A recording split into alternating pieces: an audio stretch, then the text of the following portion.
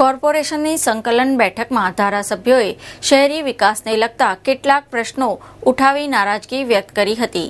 શહેરી વિકાસ પ્રત્યે પદાધિકારીઓનું ધ્યાન દોર્યું હતું.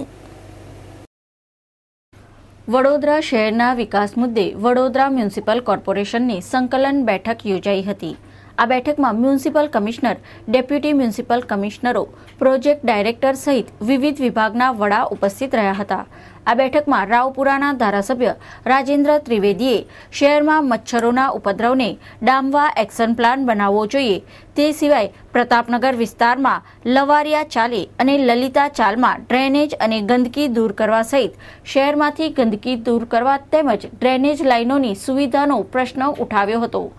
સયાજીગંજના ધારાસભ્ય જીતેન્દ્ર સુખડિયાએ કોર્પોરેશને જેને આવાસો ફાળવ્યા છે તેઓના ઝૂંપડા ખસેડો અને ચાર દરવાજા, ગેંડીગેટ અને પાણીગેટ વિસ્તારના રસ્તા રેસામાં આવતા દબાણો હટાવી રોડ પહોળા કરવાનું સૂચન કર્યું હતું.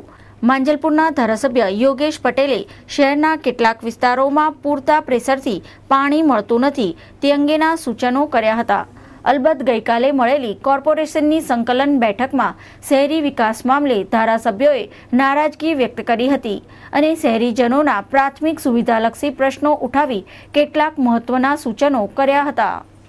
એક વાતનો આનંદ થયો કે જે વાત કોંગ્રેસ પક્ષ આ વર્ષના બજેટમાં કોંગ્રેસ પક્ષ દ્વારા 269 દરખાસ્ત મૂકી હતી અને વડોદરા શહેરના તમામ વર્ગના લોકોને, તમામ નાગરિકોને આર્થિક રીતે ફાયદો થાય, વેરા નાખ્યા વગર પાયાની સુવિધામાં વધારો થાય એ વાત કરી હતી અને એ વાતને આખી વાતને બહુમતીના જોરે વોટિંગથી ઉડાવી દીધી.